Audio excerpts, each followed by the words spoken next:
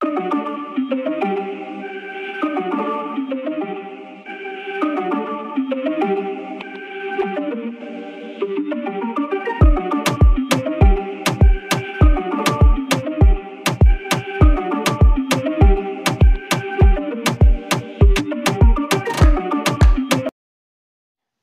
दोस्तों video start करने से पहले मैं आपको कुछ बताना चाहता हूँ। ये टॉप 100 का सेकंड पार्ट है। तो फर्स्ट पार्ट नहीं देखा होगा आपने तो वो देख लेना। मैं आपको फर्स्ट पार्ट की लिंक दे दूंगा डिस्क्रिप्शन बॉक्स में, वहाँ से आप देख लेना। ठीक है, तो यहाँ से हम इन क्वेश्चन को समझते हैं। बहुत ही ज़्यादा इंपॉर्टेंट सेलेक्टेड क्वेश्चन मैंने बनाए हैं, तैयार किए हैं। तो चलिए शुरू करते हैं। क्वेश्चन नंबर 51 देखिए। A Pelton turbine is a. Pelton turbine किस टाइप की टरबाइन है? Mixed flow turbine, axial flow turbine, impulse flow turbine और रेडियल फ्लो टरबाइन। तो आपको बताना है। तो इसका आंसर हो जाएगा इम्पल्स फ्लो टरबाइन। देखिए, आप विकल्प हैं जो ऑप्शन है आप खुद ही पढ़िए तो बेटर रहेगा। ठीक है, मैं सिर्फ आंसर बताऊंगा आपको, और जो आंसर समझाने लायक है वो मैं आपको समझा दूंगा। ठीक है, तो पेल्टन टरबाइन है, इम्पल्स फ्लो टरबाइन है। ठीक है, चलिए अब नेक्स्ट क्वेश्चन देखते हैं। क्वेश्चन नंबर 52 देखिए। ए स्टीम विच कंटेन मॉइस्चर और particle of water in suspension is non. तो किसी भी स्टीम में मॉइस्चर पार्टिकल हैं वाटर के, तो उसको कौन सी टाइप की स्टीम कहेंगे? तो आपको बताना है wet steam, super heated steam, dry saturated steam या सुपर वेट स्टीम। तो इसका जो आंसर हो जाएगा वो हो जाएगा वेट स्टीम। ठीक है, कोई भी स्टीम है, भाप है, उसमें अगर वाटर के पार्टिकल और मॉइस्चर है उसके अंदर तो उसको वेट स्टीम कहेंगे। नेक्स्ट क्वेश्चन देखते हैं। क्वेश्चन नंबर 53 देखिए। Second law of thermodynamics define. Second law of thermodynamics क्या डिफाइन करता है? हीट, वर्क, इंटरनल एनर्जी या एंट्रोपी। तो मैं आपको बता दूं इसका आंसर हो जाएगा एंट्रोपी। ठीक है, एंट्रोपी होती है ds=dq/t। और मैं आपको बता दूं कि जीरोथ लॉ होता है वो टेम्परेचर को डिफाइन करता है, फर्स्ट लॉ होता है वो इंटरनल एनर्जी को डिफाइन करता है। चलिए यहाँ पे क्लियर हुआ होगा। अब नेक्स्ट क्वेश्चन देखते हैं। तो क्वेश्चन नंबर 54 देखिए। Rankine cycle consist of. Rankine cycle कौन कौन से प्रोसेस कंसिस्ट करता है तो आपको बताना है।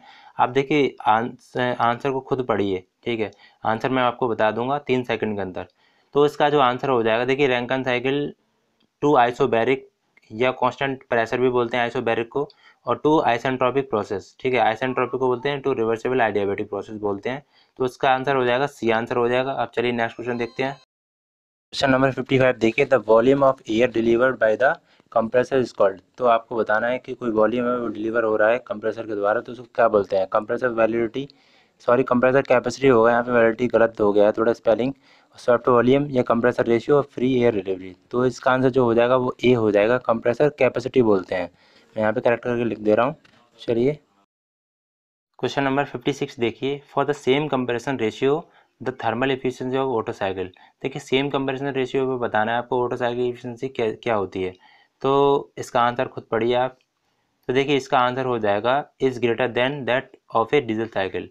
मतलब सेम कंपेरिजन रेशियो पे ऑटो साइकिल की एफिशिएंसी ज़्यादा होती है डीजल साइकिल के। ठीक है, इससे कुछ रिलेटेड क्वेश्चन बनते हैं वो मैं आपको बता देता हूँ। देखिए यहाँ पे कुछ क्वेश्चन पूछे जाते हैं। देखिए फॉर सेम कंप्रेशन रेशियो, और कंप्रेशन रेशियो सेम होगा तो हीट एडिशन पर देखो क्या होगा। ये आपको दिख रहा है ऑटो डुअल डीजल। मतलब पूछा जाए कि सेम कंप्रेशन रेशियो पर जैसे दे दिया जाए कि डीजल साइकिल एफिशिएंसी ज़्यादा होती है ऑटो साइकिल की, तो आप यहाँ से आप निकाल सकते हो। ठीक है, दो कंपेरिजन में तो सेम कंप्रेशन रेशियो पे ऑटो साइकिल एफिशिएंसी ज़्यादा होती है, फिर डुअल साइकिल की कम होती है, फिर उसके बाद डीजल साइकिल की कम होती है, सबसे ज़्यादा ऑटो साइकिल की होती है। For same compression ratio heat rejection पे भी ऑटो साइकिल, फिर डुअल साइकिल, फिर डीजल साइकिल। ठीक है, कंप्रेशन रेशियो होता क्या है? सिलेंडर का total volume upon clearance volume होता है, VC plus VS upon VC. ठीक है, क्लियर हुआ होगा। अब चलिए नेक्स्ट समझते हैं। तो डिफरेंट कंप्रेशन रेशियो पे देखिए। For maximum temperature and heat reaction, देखिए ऐसे पूछा जाता है कि डिफरेंट कंप्रेशन रेशियो बताइए या same maximum temperature and heat reaction पे बताइए। तो इस तरीके से क्वेश्चन पूछते हैं, या same maximum pressure and heat input पे बताइए, same maximum pressure and heat output पे बताइए। तो यहाँ पे देखिए ऐसे करके 2 इंजन दिए जाएंगे तो इस तरीके के 4 क्वेश्चन पूछे जाएंगे आपसे। तो आप बता देना कि डिफरेंट कंप्रेशन रेशियो पर डीजल साइकिल की एफिशिएंसी ज़्यादा होती है डुअल साइकिल से या ऑटो साइकिल से। ठीक है, तो आपको दिख रहा होगा डीजल साइकिल सबसे ज़्यादा होती है, उससे कम फिर डुअल साइकिल की, उससे कम ऑटो साइकिल की। ठीक है, इधर क्लियर हुआ होगा। अब देखिए कंप्रेशन रेशियो ऑटो साइकिल के लिए होता है 6:10। ठीक है, और आपका डीजल साइकिल के लिए होता है 15 से 25, और डुअल साइकिल के लिए होता है 12 से 15 या 12 से 16 के बीच में होता है डुअल साइकिल का। यहाँ तक क्लियर हुआ होगा। चलिए अब नेक्स्ट क्वेश्चन देखते हैं। दोस्तों मैं वीडियो बहुत मेहनत से बनाता हूँ, तो प्लीज़ आप एक लाइक कर दीजिएगा वीडियो को, हैं। और जो लोग नए हैं वो प्लीज़ सब्सक्राइब भी कर लेना। तो नेक्स्ट क्वेश्चन देखते हैं 57। Piezometer is measure the piezometer इसमें से क्या मेजरमेंट करता है? तो बताना है आपको विस्कोसिटी, टेम्परेचर, गेज प्रेशर या velocity of the work flow. तो इसका जो आंसर हो जाएगा वो गेज प्रेशर हो जाएगा। पीजोमीटर गेज प्रेशर को करता है, ठीक है। और हाई प्रेशर को मेजरमेंट नहीं करता है, ये याद रखना। ये लो प्रेशर को या मॉडरेट प्रेशर को मेजरमेंट करता है। हम नेक्स्ट क्वेश्चन देखते हैं। क्वेश्चन नंबर 58 देखिए, which is the law of that state that intensity of pressure at A point in A fluid rest in the same in all direction. मतलब कोई भी फ्लूइड है और रेस्ट कंडीशन में, तो इंटेंसिटी ऑफ प्रेशर होता है वो सेम डायरेक्शन में सेम होता है, ठीक है, ये कह रहा है। तो ये कौन सा लॉ होता है? Bernoulli law, Darcy law, Newton's law या पास्कल लॉ? तो ये इसका आंसर हो जाएगा पास्कल लॉ, ठीक है। पास्कल लॉ आपकी मशीन करती हैं इस पर, तो होती है मशीन आपकी, जैसे हाइड्रोलिक रैम है या हाइड्रोलिक प्रेस है, वो इसी इसी पास्कल लॉ पे डिपेंड होती हैं। तो चलिए नेक्स्ट क्वेश्चन देखते हैं। क्वेश्चन नंबर 59 देखिए, while transmitting power through a shaft is use to hold and support the shaft. तो कोई भी शाफ्ट है वो रोटेटिंग कंडीशन में अगर वो सपोर्ट कर रहा है, तो कौन सा कंपोनेंट होता है? गियर, बेल्ट, बियरिंग या पुली? तो इसका जो आंसर हो जाएगा वो हो जाएगा बियरिंग, ठीक है। और आपको बता दूँ, एक जनरल बियरिंग होती है, रोलर बियरिंग होती है। सबसे ज़्यादा पूछा जनरल बियरिंग किस लिए यूज़ की जाती है? तो जनरल बियरिंग करी जाती है परपेंडिकुलर लोड को सहन करने के लिए। शाफ्ट का परपेंडिकुलर लोड होता है, लंबवत लोड होता है, उसको सहन करने के लिए यूज़ की जाती है। और जो रोलर बियरिंग होती है वो एक्सियल, मतलब पैरेलल लोड को सहन करने के लिए, बियर करने के लिए वहाँ पे रोलर बियरिंग यूज़ की जाती है। अब चलिए नेक्स्ट क्वेश्चन देखते हैं। क्वेश्चन नंबर 60 देखिए, very most important question. Additional of sulphur to stainless steel increase which of the following. मतलब अगर स्टेनलेस स्टील में अगर सल्फर को बढ़ाया जाएगा, डाल दिया जाएगा, तो क्या होगा? मशीनेबिलिटी इंक्रीज होगी, या हार्डनेस, या वियर रेजिस्टेंस, और कॉरोजन रेजिस्टेंस? तो देखिए इसका आंसर मैं आपको बता दे रहा हूँ। सल्फर मिलाते हैं तो मशीनेबिलिटी बढ़ती है, ठीक है, मशीनिंग करना आसान हो जाता है। तो चलिए इसको समझते हैं। देखिए यहाँ पे कुछ इंपॉर्टेंट पॉइंट है। Effect alloy element in steel. अगर कुछ भी अलॉय हम मिलाएंगे स्टील में तो क्या होगा? देखिए सल्फर मिलाएंगे तो मशीनेबिलिटी इंक्रीज होगी, फास्फोरस मिलाएंगे तो इम्प्रूव मशीनेबिलिटी इसमें भी होती है। और इसके बाद देखिए कोबाल्ट अगर मिलाएंगे तो इसमें क्या होता है? Contribute to red hardness by hardening ferrite. देखिए कोबाल्ट मिलाएंगे तो रेड हार्डनेस बढ़ेगी, मतलब कोई भी, जैसे कोई भी पार्ट है तो वो जब घिसेगा या मतलब वो उसको अगर गर्म करेंगे तो वो जल्दी से फेल नहीं होगा, ठीक है, कोबाल्ट मिलाने पे। उसके बाद देखिए क्रोमियम मिलाएंगे तो कॉरोजन रेजिस्टेंस, मतलब आपको रेजिस्टेंस फ्री हो जाएगा। निकल मिलाने पर आपकी हार्डनेबिलिटी बढ़ती है और फटीग बढ़ती है। क्वेश्चन नंबर 61 देखिए, it is not property of system. मतलब इसमें से बताना है कौन सी प्रॉपर्टी सिस्टम की नहीं है। देखिए टेम्परेचर, हीट, स्पेसिफिक वॉल्यूम और प्रेशर। तो मैं आपको बता दूँ, हीट ट्रांसफ़र और वर्क ट्रांसफ़र थर्मोडायनामिक प्रॉपर्टी नहीं होती हैं, ठीक है, और बाद बाकी सब प्रॉपर्टी होती हैं। तो इसमें से देखिए आंसर हो जाएगा आपका बी आंसर, हीट। तो चलिए नेक्स्ट क्वेश्चन देखते हैं। क्वेश्चन नंबर 62 देखिए, the air refrigeration system works on. तो एयर रेफ्रिजरेशन सिस्टम होता है वो किस पे वर्क करता है? तो मैं इसका आंसर बता दूं, बेल कॉलेमन साइकिल पर डिपेंड करता है। और ये होता है reverse Joule cycle. Reverse Joule cycle ही बेल कॉलेमन साइकिल होता है। चलिए नेक्स्ट क्वेश्चन देखते हैं, इसका आंसर हो जाएगा डी आंसर। क्वेश्चन नंबर हम 63 देखते हैं। The hydraulic machine that convert machine mechanical energy into hydraulic energy. कोई भी ऐसी मशीन है, हाइड्रोलिक मशीन है, जो मैकेनिकल एनर्जी को हाइड्रोलिक एनर्जी में चेंज करती है, तो क्या बोलते हैं उसको? तो देखिए इसका आंसर जो हो जाएगा, इसका आंसर पंप हो जाएगा। मैकेनिकल एनर्जी मतलब जो शाफ्ट इम्पेलर घूमता है, ठीक है, वो मैकेनिकल एनर्जी होगी, उसको कन्वर्ट करता है एक हाइड्रोलिक एनर्जी। हाइड्रोलिक एनर्जी मतलब वाटर को प्रेशर एनर्जी में चेंज करता है पंप। तो चलिए नेक्स्ट क्वेश्चन देखते हैं। तो क्वेश्चन नंबर 64 देखिए, a rotameter is use to measure of fluid. तो रोटामीटर मेजर क्या मेजर करता है फ्लूइड के लिए? तो इसका आंसर आप बताइए, viscosity, flow rate, and density, and rotational energy. तो इसका आंसर हो जाएगा फ्लो रेट, इसको ही हम डिस्चार्ज बोलते हैं। तो चलिए इसका आंसर सी हो जाएगा। तो नेक्स्ट क्वेश्चन देखिए। तो देखिए इस टॉपिक से कोई भी क्वेश्चन आए तो आप बता सकते हैं। देखिए वेंचुरीमीटर होता है, रेट ऑफ फ्लो को मेजरमेंट करता है। उसके बाद फ्लो नोजल देखिए, रेट ऑफ फ्लो मतलब डिस्चार्ज ही होता है। ऑरिफिस मीटर वो भी रेट ऑफ फ्लो को करता है। बैंड मीटर होता है वो भी रेट ऑफ फ्लो को करता है। Rotameter rate of flow, Pitot tube velocity को करता है। हॉट वायर एनीमोमीटर होता है वो एयर एंड गैस वेलोसिटी। और करंट मीटर होता है वो velocity in open channel. Okay, इतना क्लियर हो जाना चाहिए आपको, ये आप लिख लेना एक कॉपी में और याद कर लेना। तो यहाँ से बहुत सारे क्वेश्चन बन सकते हैं, यहाँ पे एक बार में क्लियर होगा। चलिए नेक्स्ट क्वेश्चन आप देखते हैं क्या है। दोस्तों वीडियो को लाइक ज़रूर करना, ठीक है, बहुत मेहनत से वीडियो बनाता हूँ मैं, तो लाइक करने में कोई कमी नहीं होनी चाहिए, और जो नए हैं वो प्लीज़ सब्सक्राइब भी कर लेना। तो नेक्स्ट क्वेश्चन देखते हैं।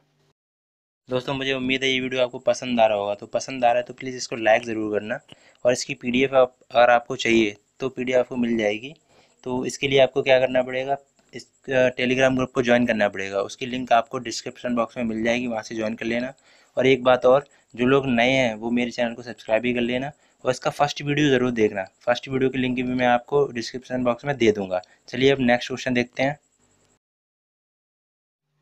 तो यहाँ पे क्वेश्चन नंबर 65 देखिए, विच of the following is not a type of boiler mounting.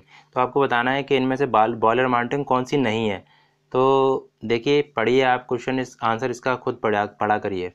तो इसका आंसर हो जाएगा आपका सुपर हीटर, ठीक है। सुपर हीटर एक एक्सेसरीज होता है, बाद बाकी feed check valve, water level indicator, pressure gauge, ये सब बॉयलर माउंटिंग है। तो यहाँ पे इसको समझ लेते हैं क्या क्या बॉयलर माउंटिंग क्या कितनी कितनी होती हैं, और एक्सेसरीज कितनी होती हैं। देखिए यहाँ पे बॉयलर माउंटिंग की बात करी जा रही है, तो बॉयलर माउंटिंग वैसे होता क्या है, देखिए कोई भी बॉयलर है उसके ऊपर अगर कोई भी माउंटिंग हम करते हैं, जैसे मान लो वाटर लेवल इंडिकेटर है, उसको सुचारू रूप से सही रूप से चलाने के लिए जो भी युक्ति और जो डिवाइस यूज़ करी जाती हैं वही बॉयलर माउंटिंग होती हैं, ठीक है। और बॉयलर एक्सेसरीज क्या होती हैं, बॉयलर की इफिशियंसी को बढ़ाती हैं। ये याद रखना, ये क्वेश्चन पूछे जा सकते हैं कि बॉयलर एक्सेसरीज का मतलब क्या होता है। तो बॉयलर एक्सेसरीज होती हैं वो इफिशियंसी को बढ़ाती हैं बॉयलर की। तो यहाँ पे देख लेते हैं बॉयलर माउंटिंग क्या क्या है। वाटर लेवल इंडिकेटर होता है, प्रेशर गेज होता है, सेफ्टी गेज होता है, स्टीम स्टॉप वाल्व होता है जो स्टीम को स्टॉप करने के लिए होता है, ब्लो ऑफ कॉक होता है, फीड चेक वाल्व होता है, और फ्यूजिबल प्लग होता है। ब्लो ऑफ कॉक मतलब होता है जैसे कोई भी डस्टी पार्टिकल है उसको डस्ट को निकालना है तो ब्लो ऑफ कॉक यूज़ करते हैं। फ्यूजिबल प्लग होता है जैसे मतलब आपको, जैसे मान लो कि आपका बॉयलर में अगर वाटर वाटर अगर बहुत कम हो गया तो बॉयलर हीट ज़्यादा कर जाएगा, तो फ्यूजिबल प्लग क्या करेगा, वहाँ से पिघल जाएगा, ठीक है। तो ये यहाँ पे काम करता है, तो उसको सेफ्टी बनाए बनाए रखता है बॉयलर को। तो बॉयलर एक्सरसाइज में देखिए फीड पंप होता है, एक सुपर हीटर होता है, एक इकोनोमाइजर होता है, ठीक है। तो ये इंपॉर्टेंट टर्म्स हैं, याद कर लेना आप। और चलिए नेक्स्ट क्वेश्चन देखते हैं। तो क्वेश्चन नंबर 66 देखिए, in centrifugal pump cavitation is reduce by. तो आपको कैविटेशन बताना है कि हम कैसे रिड्यूस कर सकते हैं। तो देखिए मैं इसको इसको पहले मैं आपको समझा देता हूँ कि कैविटेशन होती क्या है। देखिए कैविटेशन एक ऐसा प्रोसेस है जो सेंट्रीफ्यूगल पंप का एक टर्म्स है कैविटेशन। तो होता क्या है इसमें कि अगर पंप से एकदम से वाटर है वो पंप के अंदर जाएगा तो वहाँ पे बबल्स फॉर्मेशन होते हैं, मतलब बबल्स बनते हैं। तो बबल्स जब अंदर जाएंगे तो वो फूटते हैं बहुत तेज़ी से, और फूटते हैं वो स्ट्राइक करते हैं बहुत ज़्यादा, मतलब तेज़ी से स्ट्राइक करते हैं उसकी सरफेस पे, पंप के अंदर वाली सरफेस पे। जब स्ट्राइक करेंगे तो क्या होगा, वो डैमेज होगी उसकी सरफेस, पंप की जो अंदर वाली सरफेस डैमेज होगी, मतलब जो उसके पार्ट्स होंगे वो डैमेज हो जाएंगे, ठीक है। तो यही प्रोसेस होता है कैविटेशन का। तो इसको कैविटेशन को करते हैं क्या है कि इसको कम कैसे करेंगे, देखिए ये कम करेंगे आप रिड्यूसिंग द सक्शन हेड, मतलब बी आंसर इसका हो जाएगा, सक्शन हेड को हम कम करके, ठीक है। तो और भी बहुत सारे प्रोसेस हैं इसके, अब स्पेशल हम इसको कैविटेशन को एक वीडियो में समझ लेंगे। अगर आप बताएंगे कि कैविटेशन अब हमें बता दो तो मैं आपको बता दूंगा स्पेशली। तो चलिए नेक्स्ट क्वेश्चन देखते हैं, बस वीडियो को लाइक करते जाना आप। तो यहाँ क्वेश्चन नंबर 67 देखिए, the gas constant R is equal to. तो गैस कांस्टेंट आपको बताना आर इस किसके इक्वल टू होता है। तो देखिए इसका आंसर हो जाएगा, बी आंसर हो जाएगा, difference between two specific heat, मतलब C P minus C B equal to R आपने पढ़ा होगा। देखिए आपको मैं क्वेश्चन कुछ इंपॉर्टेंट पॉइंट बताता हूँ। तो यहाँ देखिए कुछ इंपॉर्टेंट पॉइंट है, C P minus C V equal to R होता है, मतलब specific heat at constant volume होता है सी वी, और सी पी होता है specific heat at constant pressure. तो C P minus C V equal to R होता है गैस कांस्टेंट, और C P upon C V equal to gamma होता है। यहाँ तक क्लियर हुआ। और सी पी की अगर वैल्यू पूछी जाए तो होता है gamma R upon gamma minus one, और सी वी इक्वल टू होता है R upon gamma gamma minus one. तो यहाँ तक क्लियर हुआ होगा। चलिए नेक्स्ट क्वेश्चन देखते हैं। तो यहाँ पे क्वेश्चन नंबर 68 देखिए, the point of counter fracture lies where. तो पॉइंट ऑफ काउंटर फ्रैक्चर आपको बताना, स्ट्रेंथ ऑफ मटेरियल का क्वेश्चन है। तो इसका आंसर बताइए। देखिए इसका आंसर हो जाएगा बेंडिंग मोमेंट इज जीरो, ठीक है। तो पॉइंट ऑफ काउंटर फ्रैक्चर होता क्या है, देखिए यहाँ जहाँ पे बेंडिंग मोमेंट अपने साइन को चेंज करता है या फिर जीरो होता है वही होता है काउंटर फ्रैक्चर। और ये मेनली आपका देखा जाए तो ये ओवरहैंगिंग बीम में होता है, ठीक है, ये क्वेश्चन बनता है। तो चलिए नेक्स्ट क्वेश्चन देखते हैं, इसका आंसर हो जाएगा ये आंसर। तो क्वेश्चन नंबर 69 देखिए, triple point is where. Triple point क्या होता है? तो देखिए मैं आपको बता दूं ट्रिपल पॉइंट क्या होता है, जहाँ पे तीनों फेज को एग्जिट करते हैं, ठीक है, तीनों फेज मिलते हैं यहाँ पे, तो वही ट्रिपल पॉइंट होता है। सॉलिड लिक्विड गैस, तो जिसका आंसर वो जो हो जाएगा वो हो जाएगा ऑल थ्री फेज को exit in equilibrium, D answer हो जाएगा। चलिए इसको कुछ पॉइंट और देख लेते हैं इंपॉर्टेंट। तो देखिए यहाँ पे ट्रिपल पॉइंट डायग्राम है, एक सॉलिड लिक्विड गैस, एक तीनों एक ही को एग्जिट करते हैं और इक्विलिब्रियम में होते हैं। तो यहाँ पे देखिए एक क्वेश्चन बनता है, इन pressure and volume diagram triple point is a line, ठीक है, तीन लाइन होती है और प्रेशर एंड टेम्परेचर लाइन में पॉइंट होता है ट्रिपल पॉइंट, तो ये याद रखना। चलिए अब नेक्स्ट समझते हैं।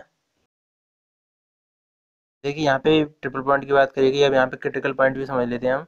तो क्रिटिकल पॉइंट का होता क्या होता है, जहाँ पे दो फेज होते हैं, टू फेज इक्विलिब्रियम होते हैं, लिक्विड और गैस होता है, सॉलिड नहीं होता है, याद रखना। ट्रिपल पॉइंट में सॉलिड लिक्विड गैस तीनों होते हैं, यहाँ पे क्या है, लिक्विड और गैस को एग्जिट करते हैं। तो यहाँ पे एक क्वेश्चन बनता है, इन pressure and temperature diagram critical point in A point, वहाँ पे क्या था, लाइन था, ठीक है। यहाँ पे डिग्री ऑफ फ्रीडम की बात करी जाए तो डिग्री ऑफ फ्रीडम होता है यहाँ पे 0 होता है क्रिटिकल पॉइंट के लिए। तो चलिए नेक्स्ट क्वेश्चन देखते हैं। क्वेश्चन नंबर देखिए 70, the hydraulic gradient line of flowing fluid is represented by. तो आपको HGL बताना है, हाइड्रोलिक ग्रेडियंट लाइन क्या होता है। तो देखिए मैं आपको बता दूं, हाइड्रोलिक ग्रेडियंट लाइन होती है आपकी एक तो होता है प्रेशर ऐड होता है, P अपन रो जी होता है, प्लस डेटा ऐड होता है। तो इसका आंसर जो हो जाएगा pressure add plus data add, D answer हो जाएगा। यहाँ पे एक लाइन और होती है TEL, टोटल एनर्जी लाइन, समझ लीजिए। देखिए टोटल एनर्जी लाइन होती है HGL hydraulic gradient line plus velocity head V²/TG, ठीक है। और एक होता है आपका EGL एनर्जी ग्रेडियंट लाइन, वो होता है HGL प्लस V²/2G। तो यहाँ पे मैं एक पेज पे आपको बता दूंगा कि कौन कौन सी लाइन होती है। तो चलिए क्वेश्चन नंबर 71 देखिए, commercial ice plant works on. Commercial ice plant होते हैं वो किन पे वर्क करते हैं, तो इसका आंसर आप बताइए। देखिए इसका आंसर हो जाएगा, वेपर कंप्रेशन साइकिल होता है, VCRS करके कुछ है, तो VC वेपर कंप्रेशन साइकिल, इसका आंसर हो जाएगा सी आंसर। तो नेक्स्ट क्वेश्चन देखते हैं। क्वेश्चन नंबर 72 देखिए, इन CI engine the combustion is, CI engine होता है कंबशन इग्निशन इंजन, ठीक है। तो यहाँ पे देखिए कंबशन क्या कैसा होता है CI इंजन में, वो आपको बताना है। तो इसका आंसर बताइए आप, वेरी रिच, होमोजीनियस, हेट्रोजीनियस या केमिकली करेक्ट। तो देखिए इसका आंसर हो जाएगा, वो हो जाएगा हेट्रोजीनियस। पेट्रोल इंजन में होता है होमोजीनियस मिक्सचर, और डीजल साइकिल में, ये डीजल इंजन है, CI इंजन है वो डीजल इंजन है, तो डीजल इंजन में होता है हेट्रोजीनियस, और होमोजीनियस होता है पेट्रोल इंजन में, तो याद रखना है आपको। चलिए नेक्स्ट क्वेश्चन देखते हैं। तो इसका जो आंसर हो जाएगा 72 का, वो हो जाएगा सी आंसर। क्वेश्चन नंबर 73 देखिए, the commonly use refrigerant in domestic refrigerator. तो डोमेस्टिक रेफ्रिजरेटर होता है जो, उसमें कौन सा रेफ्रिजरेंट यूज़ किया जाता है, तो इसका आंसर जो हो जाएगा वो हो जाएगा आपका R134। तो याद कर लेना आप, A option is correct answer. चलिए नेक्स्ट क्वेश्चन देखते हैं। क्वेश्चन नंबर 74 देखिए, the metacentric height is the distance between the. तो आपको बताना है मेटासेंट्रिक हाइट होती है वो किस किस का डिस्टेंस होता है। तो आप ऑप्शन पढ़िए। तो इसका आंसर जो हो जाएगा वो हो जाएगा distance between two Meta centre and centre of gravity. तो देखिए मेटा सेंटर क्या होता है, मेटा सेंटर ये बताता है कि कोई भी, अगर कोई भी शिप है तो कोई ऐसा पॉइंट होता है जिसपे शिप ऑसिलेशन करता है, ठीक है, दोलन करता है, और Meta centric height, Meta centre और सेंटर ऑफ ग्रेविटी होती है, उसके बीच की दूरी होती है मेटा सेंट्रिक हाइट। तो चलिए नेक्स्ट क्वेश्चन देखते हैं। क्वेश्चन नंबर 75 देखिए, विच of the following is the extensive property of the thermodynamic system. तो एक्सटेंसिव प्रॉपर्टी बतानी है। तो देखिए मैं आपको बता दूं, एक्सटेंसिव प्रॉपर्टी होती है जो मास पे डिपेंड करती हैं, और इंटेंसिव प्रॉपर्टी होती है वो मास पे डिपेंड नहीं करती। तो एक्सटेंसिव प्रॉपर्टी इसमें बताती हैं प्रेशर, वॉल्यूम, मास, डेंसिटी। तो देखिए इसका आंसर जो हो जाएगा वो बी आंसर हो जाएगा, 75 का बी आंसर वॉल्यूम, ठीक है। तो चलिए इसको समझते हैं। इंटेंसिव प्रॉपर्टी मैंने क्या बताई थी, इंडिपेंडेंट ऑन मास और साइज, मतलब जो इंटेंसिव प्रॉपर्टी होती है जो मास पर डिपेंड नहीं करती है, जैसे प्रेशर होता है, टेम्परेचर होता है, केल्विन है, और विस्कोसिटी है, डेंसिटी है, ये सब इंटेंसिव प्रॉपर्टी में आती हैं। और स्पेसिफिक एनर्जी और स्पेसिफिक प्रॉपर्टी, अगर स्पेसिफिक करके अगर आ जाए तो वो ऑलवेज इंटेंसिव प्रॉपर्टी होती है, याद रखना। अगर स्पेसिफिक वॉल्यूम आ गया, स्पेसिफिक करके कुछ भी आ गया, तो ऑलवेज होगी आपकी इंटेंसिव प्रॉपर्टी। तो चलिए नेक्स्ट देखते हैं। एक्सटेंसिव मैंने क्या बताया था, जो डिपेंड करती है मास पे। तो जैसे वॉल्यूम है, मास है, एंथैल्पी है, इंटरनल एनर्जी है, एंट्रोपी है, तो ये होगी आपकी एक्सटेंसिव प्रॉपर्टी। तो एक बात और इम्पोर्टेंट क्वेश्चन है, इफ़ मास इंक्रीज, अगर मास को इंक्रीज करेंगे तो तो value of extensive property also increase, तो इसकी वैल्यू भी इंक्रीज होगी। तो चलिए अब नेक्स्ट क्वेश्चन देखते हैं क्या है। यहाँ तक क्लियर हो गया होगा आपको।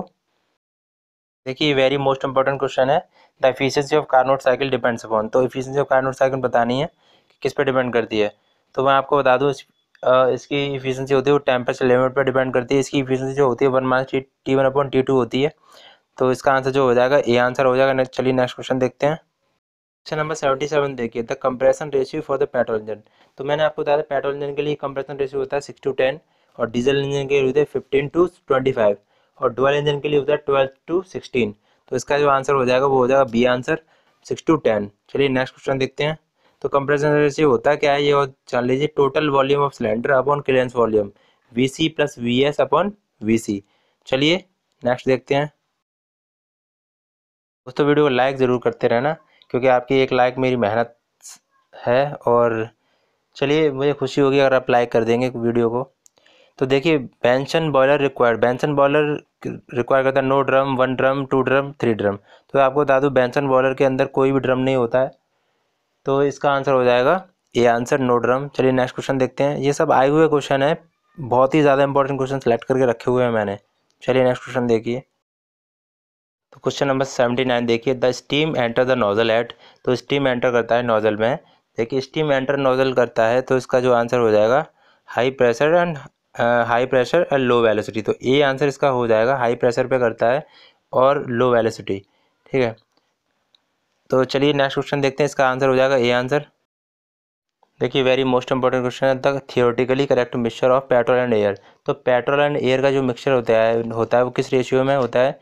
तो इसका जो आंसर देखिए, इसका आंसर हो जाएगा 15:1। इंपॉर्टेंट क्वेश्चन है तो याद कर लेना 15:1 आता है ये क्वेश्चन। चलिए नेक्स्ट क्वेश्चन देखते हैं। देखिए क्वेश्चन वेरी मोस्ट इंपॉर्टेंट है, in a petrol engine if diesel is use then the engine will be. Petrol engine में अगर डीजल डाल दिया जाए तो क्या होगा। देखिए इंपॉर्टेंट बहुत ज़्यादा क्वेश्चन है। तो पेट्रोल इंजन में डीजल अगर डाल दिया जाएगा तो वो चलेगा नहीं। पेट्रोल इंजन में डीजल डालेंगे तो चलेगा नहीं, वो एकदम चिपक जाएगा उसके अंदर। और अगर डीजल इंजन में अगर पेट्रोल डाल दिया जाए तो वो हाई नॉकिंग करेगा, आवाज़ करेगा। क्योंकि देखिए कंप्रेशन रेशियो डीजल इंजन का ज़्यादा होता है और कंप्रेशन रेशियो पेट्रोल इंजन का कम होता है। 6:10 नहीं होता है इसका पेट्रोल का, और उसका होता है 15 से 25। तो पेट्रोल को अगर डीजल में डाल देंगे तो बहुत ज़्यादा हाई नॉकिंग करेगा। तो ये एक दूसरा क्वेश्चन क्लियर हो जाएगा। तो इसमें जो आंसर हो जाएगा वो नॉट रन। दोनों क्वेश्चन इंपॉर्टेंट है यहाँ पे और पूछे जाते हैं एग्जाम में, तो सिर्फ इसका आंसर हो जाएगा ए। चलिए नेक्स्ट क्वेश्चन देखते हैं। तो क्वेश्चन नंबर 82 देखिए, एक carburettor is use to supply. Carburettor क्या करता है। देखिए कार्बोरेटर करता है इंजन में, पेट्रोल इंजन में पेट्रोल एंड एयर को मिक्स करके भेजता है। ठीक है, तो इसका आंसर जो हो जाएगा वो डी आंसर हो जाएगा। चलिए नेक्स्ट क्वेश्चन देखते हैं। देखिए very most important question, a perfect black body is one which. Perfect black body आपको बतानी है। तो ब्लैक बॉडी होता क्या है, सबसे पहले देखिए जान लीजिए। ब्लैक बॉडी वो होता है जिसमें बहुत मतलब कोई भी रेडिएशन या कोई भी ऊष्मा अवशोषित कर सके, मतलब एब्जॉर्व कर सके, तो वो ब्लैक बॉडी हो गई। लेकिन ये मत सोचना कि ब्लैक बॉडी का कलर ब्लैक ही होगा, वो कुछ भी हो सकता है। मतलब लेकिन वो सारी ऊष्मा अगर एब्जॉर्व कर रहा है तो उसको ब्लैक बॉडी के नाम से ही जाना जाएगा। ठीक है, तो इसका जो आंसर हो जाएगा वो हो जाएगा B answer, absorb heat radiation of all wave length falling on it. तो चलिए नेक्स्ट क्वेश्चन देखते हैं 83 का B answer. Very most important question 84, the emissivity of black body. ये आपका हीट ट्रांसफर का क्वेश्चन है, बहुत बार पूछा गया है। तो एमिसिविटी ऑफ ब्लैक बॉडी का आपका हो जाता है 1, आप याद कर लेना इसको। एमिसिविटी ऑफ ब्लैक बॉडी हो जाता है 1। चलिए नेक्स्ट क्वेश्चन देखते हैं। देखिए दोस्तों मैं वीडियो जल्दी जल्दी क्वेश्चन इसलिए बता रहा हूँ कि वीडियो लंबा हो जाएगा। वीडियो लंबा होगा तो आप खुद नहीं देखेंगे, परेशानी होगी। तो चलिए, the relation between number of pair forming a kinematic chain and number of link. तो लिंक और पेयर में आपको रिलेशन बताना, तो एल बराबर 2p-4 होता है। देखिए सी और डी दोनों ऑप्शन एक ही जैसे लिख गए हैं, ठीक, कोई दिक्कत नहीं। तो एल बराबर 2p-4 होता है, सब जानते हैं इसको क्वेश्चन को। चलिए नेक्स्ट क्वेश्चन देखते हैं। तो very most important question, the include angle for we belt is usually. तो वी बेल्ट के अंदर जो एंगल होता है वी बेल्ट का वो होता है 30 से 40। आपको सी आंसर हो जाएगा। एक और क्वेश्चन बनता है, वी बेल्ट बॉटम में टच नहीं करती है, साइड बाई साइड टच करती है। ये दूसरा क्वेश्चन बन गया। चलिए नेक्स्ट क्वेश्चन देखते हैं। तो इसका आंसर हो जाएगा सी आंसर। देखिए ये सोम का क्वेश्चन है आपका कॉलम एंड स्टड से। तो देखिए सिलेंडरनेस रेशियो होता क्या है। देखो सिलेंडर रेशियो होता है effective length to the column to the least radius of gyration. तो इसका आंसर जो हो जाएगा सी आंसर हो जाएगा। तो चलिए नेक्स्ट क्वेश्चन देखते हैं। देखिए वीडियो लाइक करते जाना और सब्सक्राइब भी करते जाना जो भी दोस्त हैं। ठीक है, चलिए नेक्स्ट क्वेश्चन देखिए और बता देना आपको किस टाइप का वीडियो चाहिए। सेल पे स्पेशल, ये इसरो के क्वेश्चन चाहिए आपको तो इसरो के मैं एक स्पेशल वीडियो बना दूंगा आपके लिए। तो चलिए नेक्स्ट क्वेश्चन देखिए। Very most important question, killed steel is, तो किल्ड स्टील क्या होती है। देखो कोई भी स्टील ऐसी है जिसके अंदर कोई भी ऑक्सीजन के बबल्स नहीं हो तो आर फ्री फ्रॉम ऑक्सीजन, इसका डी आंसर हो जाएगा। देखिए अगर बबल्स होंगे अंदर तो वो ऊपर उभर जाएंगे तो स्टील बेकार हो जाएगी, इसलिए किल्ड स्टील बोलते हैं जिसके अंदर कोई भी ऑक्सीजन नहीं हो। ठीक है, आर फ्री फ्रॉम ऑक्सीजन याद कर लेना आप। तो किल्ड स्टील होगी, 88 का हो जाएगा डी आंसर। चलिए नेक्स्ट क्वेश्चन देखते हैं। नंबर देखिए 89, 18/8 स्टेनलेस स्टील कंसिस्ट ऑफ, तो देखिए 18/8 स्टील जो होती है वो होती है आपकी 18% क्रोमियम 8% निकेल, तो बी आंसर हो जाएगा आपका। और मैं लास्ट वीडियो में बता चुका हूँ इसको स्पेशली तरीके से कि इसको कैसे करेंगे, तो इसका जो आंसर हो जाएगा बी आंसर हो जाएगा। चलिए नेक्स्ट क्वेश्चन देखते हैं। तो क्वेश्चन नंबर 90 देखिए, important question, the fullers are use, तो आपको फुलर्स बताना है कि फुलर्स मतलब किस में यूज़ होता है। तो देखिए इसका आंसर जो हो जाएगा वो हो जाएगा for knocking down a piece of work. देखिए आप क्वेश्चन, मैं तो क्वेश्चन पढ़ रहा हूँ, आप आंसर भी पढ़ा कीजिए साथ में। तो आंसर मैं आपको बता देता हूँ, for knocking down a piece of work, तो इसको समझ लेते हैं क्या है। एक प्रोसेस होता है इंपॉर्टेंट है अपसेटिंग, तो उसमें क्या करते हैं, increase the cross sectional dimension when forging decreasing the length. तो देखिए यहाँ पे कोई भी एक बार है उसको, उसकी जो क्रॉस सेक्शनल एरिया है वो इंक्रीज करते हैं। जब क्रॉस सेक्शनल एरिया इंक्रीज होगा तो लेंथ होगी उसकी रॉड की वो कम हो जाएगी यहाँ पे, तो इस प्रोसेस को बोलते हैं अपसेटिंग। अब चलिए नेक्स्ट क्वेश्चन, नेक्स्ट प्रोसेस क्या है, ये है ड्राइंग डाउन, इसको ही फ्लोरिंग बोलते हैं। तो इसका जो हो जाएगा देखिए इंक्रीज द लेंथ, इसमें क्या करते हैं कि फुलर होता है उससे किसी भी बार की लेंथ को इंक्रीज करते हैं, और लेंथ इंक्रीज होगी तो उसका जो मोटाई होगी जो डाया होगा वो कम हो जाएगा। ठीक है, ये होगा ड्राइंग डाउन प्रोसेस। चलिए नेक्स्ट देखते हैं क्या क्वेश्चन है। क्वेश्चन नंबर 91 देखिए, इंपॉर्टेंट क्वेश्चन है, मैकेनिक्स का है। The velocity ratio for the first system of pulley, तो फर्स्ट सिस्टम ऑफ पुली के लिए आपको बताना है कि वेलोसिटी रेशियो क्या होता है। देखिए फर्स्ट सिस्टम ऑफ पुली के लिए होता है 2 की पावर n होता है। ठीक है, यहाँ पे सी आंसर हो जाएगा। देखिए और भी क्वेश्चन मैं आपको बता दूँ, वेलोसिटी रेशियो होता है सेकंड पुली के लिए वो होता है n, और वेलोसिटी रेशियो थर्ड पुली के लिए होता है 2 की पावर n-1। तो यहाँ पे 3 क्वेश्चन बनते हैं, इंपॉर्टेंट क्वेश्चन है। तो चलिए यहाँ पे और आपको वेलोसिटी और बता दूँ, वेलोसिटी क्या होता है, एफर्ट बाय लोड होता है। ठीक है, एफर्ट बाय लोड होता है। चलिए नेक्स्ट क्वेश्चन देखते हैं। क्वेश्चन 91 टू 92 देखिए question, the function of washer is, washer आप सब जानते हैं बोल्ट नट बोल्ट, वहाँ पे एक वॉशर यूज़ किया जाता है, तो वो किस लिए यूज़ किया है, तो उसका फंक्शन क्या होता है। तो देखिए इसका फंक्शन आपको बता दूं मैं, उसका फंक्शन होता है प्रोवाइड बियरिंग एरिया, वहाँ मतलब जैसे लोड पड़ता है बोल्ट पे तो उसको बियर कर ले, अगर बोल्ट ना टूटे तो वो वॉशर पे मतलब इफेक्ट हो। ठीक है, वॉशर डैमेज हो जाए मतलब लेकिन बोल्ट ना टूटे, तो प्रोवाइड बियरिंग एरिया, बियरिंग करता है वो एरिया को। ठीक है, चलिए नेक्स्ट क्वेश्चन देखते हैं, 92 का हो जाएगा बी आंसर।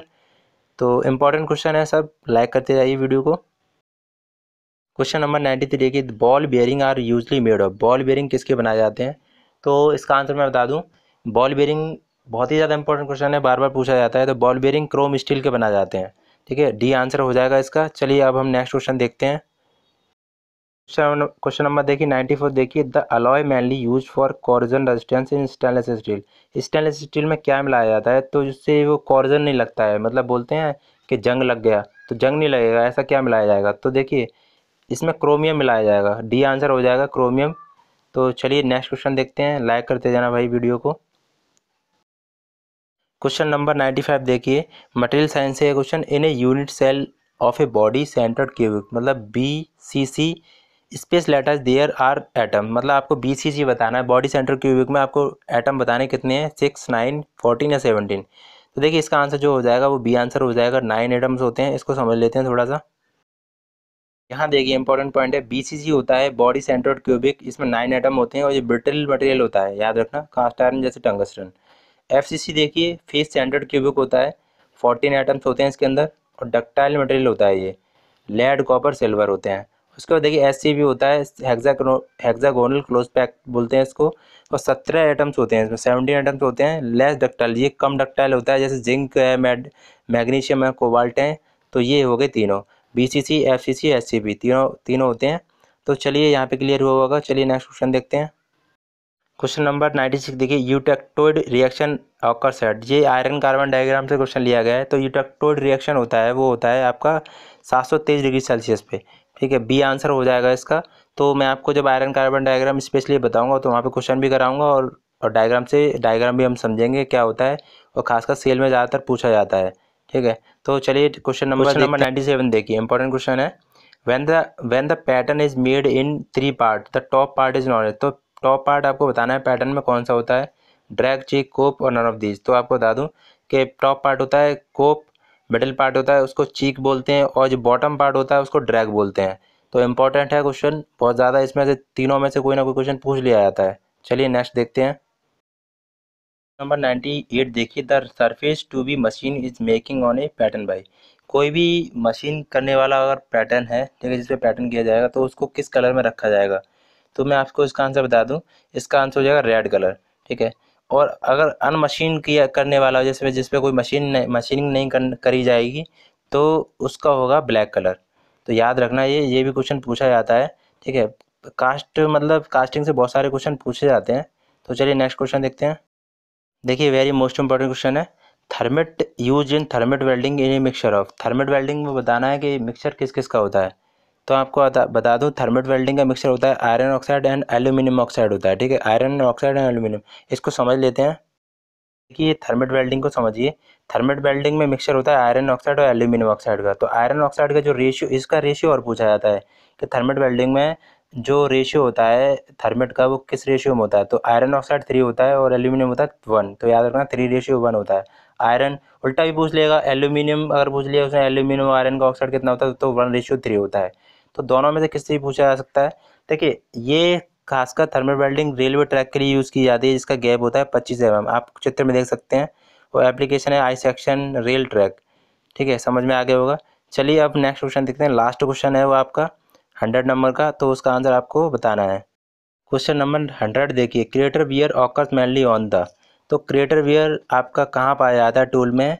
देखिए, ये क्वेश्चन का आंसर आप कमेंट बॉक्स में बताएंगे मुझे, ABCD जो भी आंसर आप बताना चाहें वो बताएंगे ज़रूर। गलत हो तो कोई दिक्कत नहीं है, इससे मुझे पता चलेगा आपने मेरा वीडियो देखा है, पसंद किया है। और वीडियो को प्लीज़ लाइक भी कर देना, और जिससे क्या होगा कि मेरी मेहनत थोड़ी सफल हो जाएगी। और अगर नए हैं तो सब्सक्राइब कर लेना। ये सब क्वेश्चन है वो आपके एग्ज़ाम के लिए बहुत ही ज़्यादा महत्वपूर्ण है। तो यहीं पे वीडियो मैं समाप्त करता हूँ, आगे देख लीजिएगा जो भी है। तो मैं जल्दी से वीडियो लेके आऊँगा, बहुत ही ज़्यादा इंपॉर्टेंट वीडियो लेके आऊँगा। चलिए।